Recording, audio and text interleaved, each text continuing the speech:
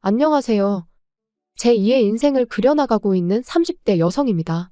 제 시댁 식구들은요, 멀쩡한 사지육신을 두고도 어떻게 하면 저 하나 등쳐먹고 뜯어먹을 궁리만 하던 사람들이었어요. 정말이지 제가 오래 산 건 아니지만 그렇게 염치 없고 뻔뻔한 족속들은 처음이었죠. 그리고 피는 못 속인다고. 연애할 땐 몰랐는데 남편도 별반 다를 게 없더라고요. 남편하곤 아는 언니의 소개로 만나 1년을 사귀었어요. 남편이나 저나 나이가 있다 보니 어느 정도는 결혼을 염두에 두고 만나왔고요. 그리고 솔직히 저는 남편이나 저나 둘 다 직장 생활을 한 지도 꽤 되었고 앞으로도 계속 맞벌이를 할 거라고 생각했으니까 남편과 결혼하는 걸 걱정해 본 적은 없어요. 게다가 저희 부모님께선 예전부터 제가 결혼할 때 한 1억 정도는 지원해 주시겠다고 하셨으니까요. 그런데 막상 본격적으로 결혼 이야기가 나오고 나니 남편이 한다는 말이 돈이 없답니다. 직장 생활을 8년이나 했는데 겨우 3천밖에 못 모았다나요? 시댁에서 도와줄 수도 없다고 했고요. 그래서 저는 남편에게 그럼 당장 결혼하는 건 무리라고 솔직하게 얘기했습니다. 양쪽이 차이가 많이 나는데 분명 친정 부모님께서도 탐탁치 않아 하실 거고. 그럼 그런 우리 부모님을 설득하는 과정에서 나나 당신이 얼마나 상처를 받을지 안 봐도 뻔하다. 그렇다고 당장 헤어지자는 건 아니고 앞으로 한 1년만이라도 얼마라도 빡세게 모아보자. 하지만 남편의 고집은 완강했습니다. 세상에 누가 결혼할 때 모든 걸 완벽하게 갖춰놓고 결혼하냐면서 일단 없으면 없는 대로 하고 이후로 같이 노력하면 되는 거 아니냐고요. 그리고 이 상황을 친한 친구에게 털어놓으니 친구가 보인 반응 또한 뜻밖이었습니다. 남편이 해오는 게 없고 시댁에서도 해주는 게 없으면 적어도 너한테도 이것저것 요구하진 못할 거 아니냐. 어쩌면 그게 차라리 속 편할 수도 있다. 어쩐지 남편 말도 친구 말도 다 일리가 있는 것 같았어요. 그리고 무엇보다도 일단 저부터가 헤어지는 건 엄두가 나질 않았던 게 사실이고요. 그러니 어떻게든 좋은 쪽으로 생각을 해보려고 노력을 했던 것 같습니다. 그래서 결국 마음을 다잡고 결혼을 하기로 했는데 문제는 결혼을 준비하는 과정 또한 순탄치만은 않았다는 거예요. 집을 알아보는데 매물도 없고 집값도 많이 올라 아무리 저희 친정에서 보태주신다고 한들 매매는커녕 전세도 대출을 받지 않고는 방법이 없겠더라고요. 게다가 저희가 살게 될 집에서 회사까지의 거리도 무시할 수 없었죠. 그래서 결국 남편과 제 회사 중간쯤으로 해서 오피스텔 생활을 하기로 했습니다. 그런데 그렇게 집 문제까지 해결하고 며칠이 지났을 때였어요. 어머님께서 연락을 해오셔서는 퇴근길에 잠깐 들렸다 가라시대요. 참고로 회사에서 저희 친정까진 30분 거리고 시댁까지는 1시간은 좋게 걸리는 거리입니다. 그러니 당연히 좀 번거롭게 느껴진 게 사실이에요. 그래서 제가 바로 대답을 못했더니 어머님께서 대뜸 오라면 네 하고 오면 될 것이지 무슨 뜸을 들이냐며 언성을 높이시는 게 아니겠어요? 너무 당황스러워서 일단 죄송하다 얼른 가겠다 하고는 곧장 남편에게 전화해 어머님이 집으로 오라고 하시던데 혹시 무슨 일이라도 있냐고 물었습니다. 이유라도 알고 가면 저도 나름대로 생각을 하고 갈 수 있으니까요. 그런데 남편이 아주 금시초문이라는 듯 오히려 저한테 이유를 묻대요. 그러니 저로서는 시댁에 가는 내내 어찌나 초조하고 긴장이 됐는지 몰라요. 그리고 그렇게 부랴부랴 도착한 시댁에서 어머님은 생각지도 못한 이야기를 꺼내셨습니다. 듣자 하니 오피스텔에서 살 거라던데 그게 사실이냐고요. 그래서 그렇다 하니 그럼 혼수는 어떡할 거냐대요? 그런데 이때 전 솔직히 어머님이 뭐라도 하나 해주시려고 물으시는 줄 알았어요. 아무래도 저는 모아둔 돈에 친정에서 해주는 것까지 하면 거의 2억 가까이 들고 가는데 남편은 겨우 3천만 들고 오는 상황이었으니까요. 그러니 어머님도 마음이 쓰이시는가 보다. 그래서 뭐라도 하나 해주고 싶으신 건가 뭐 그런 식으로 생각을 한 거죠. 그래서 걱정 마시라고 요즘 오피스텔은 풀옵션이라고 해서 웬만한 건 다 갖춰져 있다 했습니다. 아무것도 안 해주셔도 된다고요. 그런데 어머님이 보이신 반응은 제 예상과는 전혀 달랐습니다. 저더러 너 지금 무슨 얘기를 하는 거냐시며 너 그럼 아무것도 안 해오겠다는 거냐고 물으셨거든요.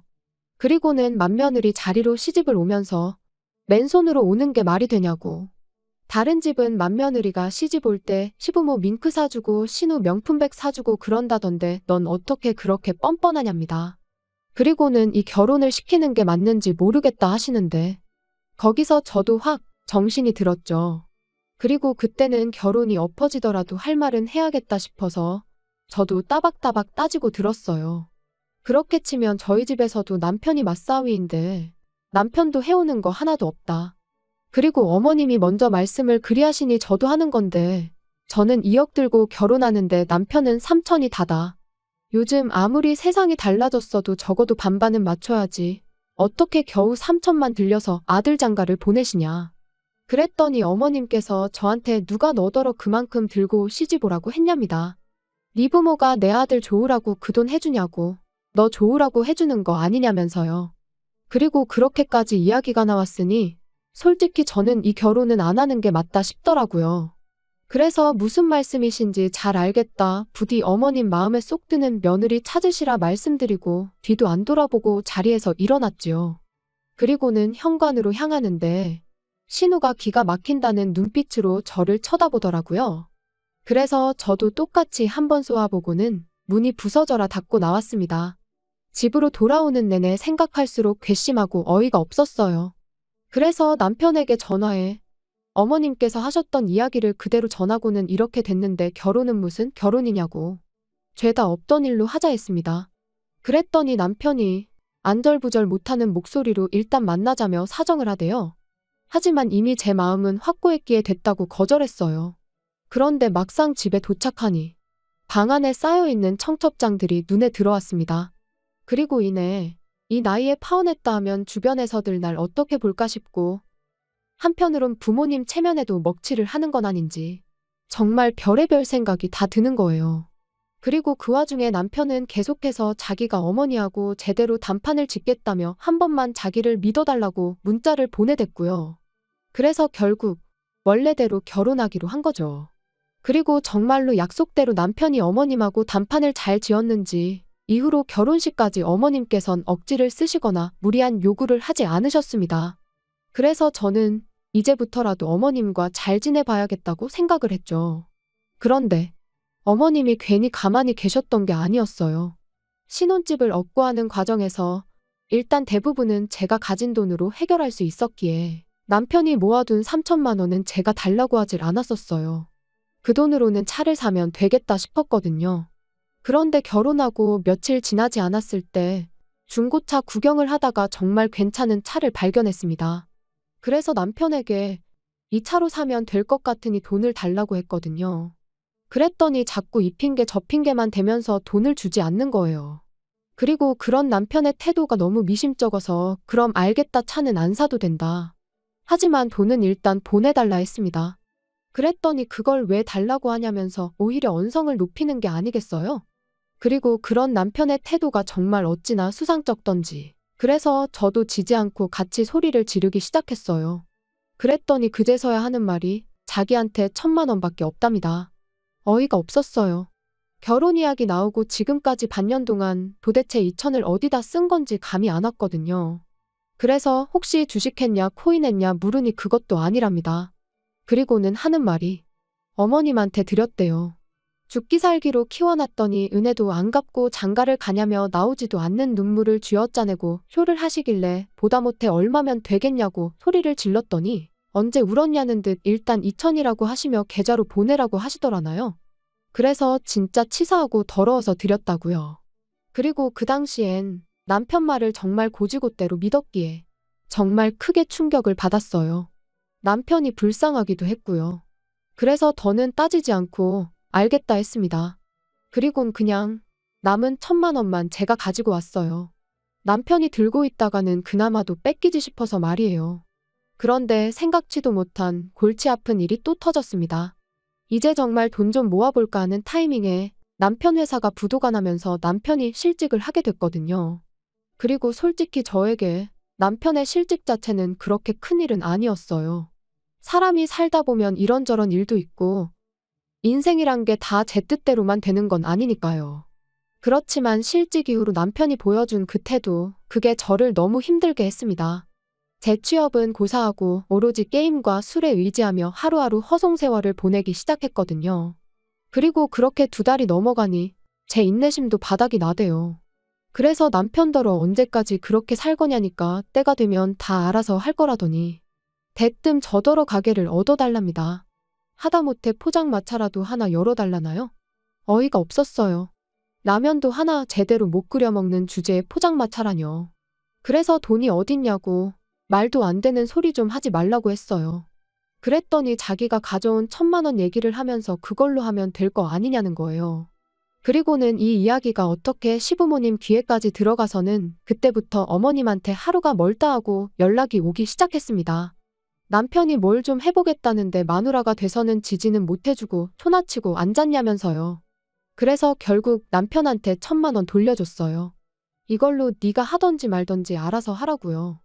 하지만 제가 우려한 대로 남편은 뭐 하나 지 손으로 할 줄을 모르는 인간이었습니다.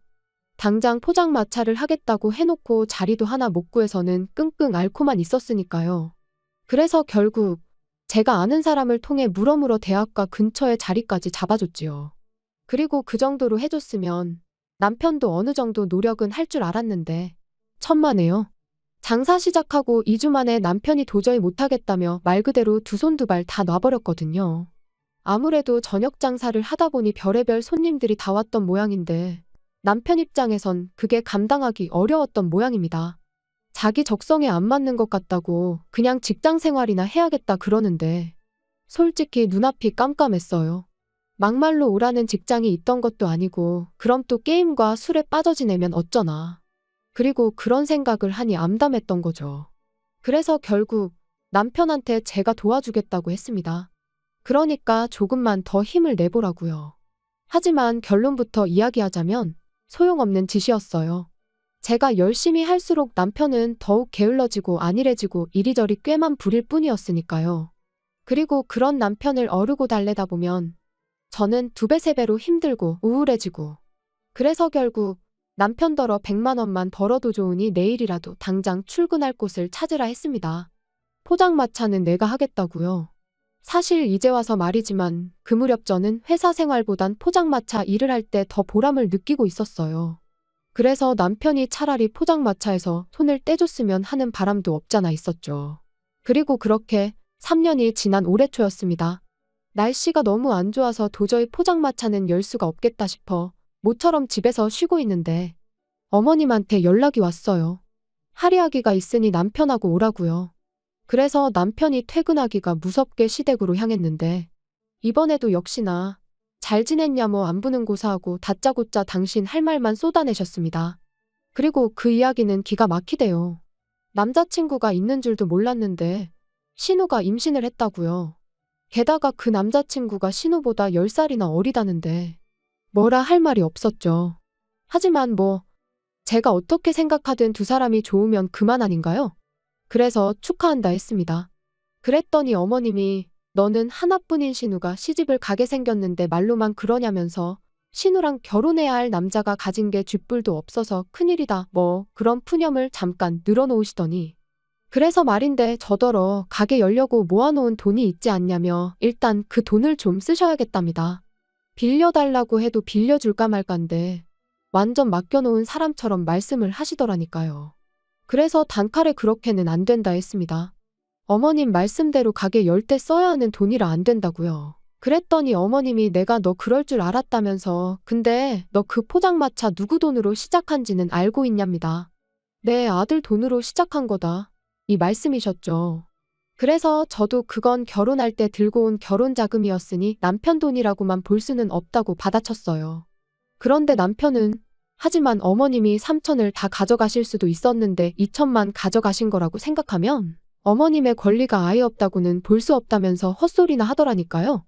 그러면서 가게는 좀 천천히 열어도 되지만 신우는 이제 곧 배도 불러올 거고 그러니까 우열을 따져도 신우 결혼식이 먼저 아니겠냐면서 순서에 맞게 돈을 쓰잡니다.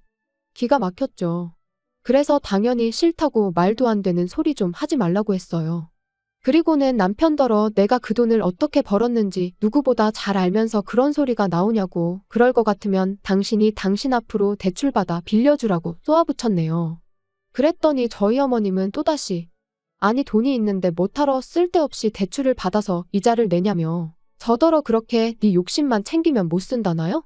그리고는 시집 올 때도 CM이고 신우한테 뭐 하나 해주지도 않고 정말 너무한다면서 그런 식으로 굴거면 아예 당신 아들하고도 살지 말라대요. 그리고 저는 그런 어머님의 말씀에 남편이 뭐라고 한마디라도 할 줄 알았는데 전혀요. 남편은 어머님이 하시는 말씀이 전부 다 옳다는 표정으로 저를 바라볼 뿐이었어요. 그래서 저도 몇 초간 남편을 바라보다가 알겠다고 했습니다. 데려가시라고. 지금 당장 제가 먼저 남편을 포기하겠다고요. 그랬더니 그제서야 어머님도 남편도 그리고 신우까지 이게 아닌데 하는 표정을 짓더니 남편이 제 손목을 잡아 끌고 방으로 데리고 들어가선 왜 이렇게 일을 키우냐입니다. 그냥 이참에 몇 푼이라도 도와주고 어머님한테 인정받고 하면 얼마나 좋으냐면서요. 하지만 이제 와서 인정은 무슨 다 필요 없다 했습니다. 당장 남편부터가 내 마음 하나 몰라주는데 어머님한테 인정받는 건 나한테는 아무런 의미도 없다고요. 그리고는 신우 배가 불러오든 말든 시집을 가든 못 가든 그건 다 니네 식구들끼리 알아서 해라 하곤 방 밖으로 뛰쳐나왔지요. 그리곤 안녕히 계시라는 인사는커녕 뭐를 하건 간에 분수껏 하라고 괜한 사람 괴롭히지 말라 했습니다. 남편한테는 이 짐은 퀵으로 다 보내줄 테니 따라 나오지 말라 했어요. 집으로 돌아오는 내내 마치 결혼 전 어머님한테 처음 폭언을 들었던 그날처럼 어찌나 분하고 속상하던지 눈물만 하염없이 흐르더군요. 그리고 남편하고는 결국 협의 이혼했습니다. 포장마차 시작할 때 들어간 비용의 반을 돌려주는 조건으로 깔끔하게 헤어졌지요. 솔직히 그 돈도 주기 싫었지만 그나마도 안 주면 도무지 나가 떨어질 것 같지가 않아서 별 수 없었네요. 듣자 하니 남편은 저와 이혼하고 얼마 안가 또 회사에서 잘린 모양입니다. 그런데 이번엔 남편이 회사 공금에 손을 댔다는 소문이 있어요. 혹시 신우 결혼 때문에 그런 짓까지 한 걸까요? 이제 뭐 저랑 상관없는 사람이니까 제 알 바는 아니지만 남편을 생각하면 불쌍하기도 하고 한편으론 한심하기도 하고 미움보다는 애증이라고 봐야 할 것 같네요. 아무튼 남편과는 헤어졌지만 그 사람이 아니라면 장사를 시작할 엄두조차 못 냈을 테니 고마운 마음도 조금은 남아있기에 그 사람은 그 사람대로 잘 살기를 바랄 뿐입니다.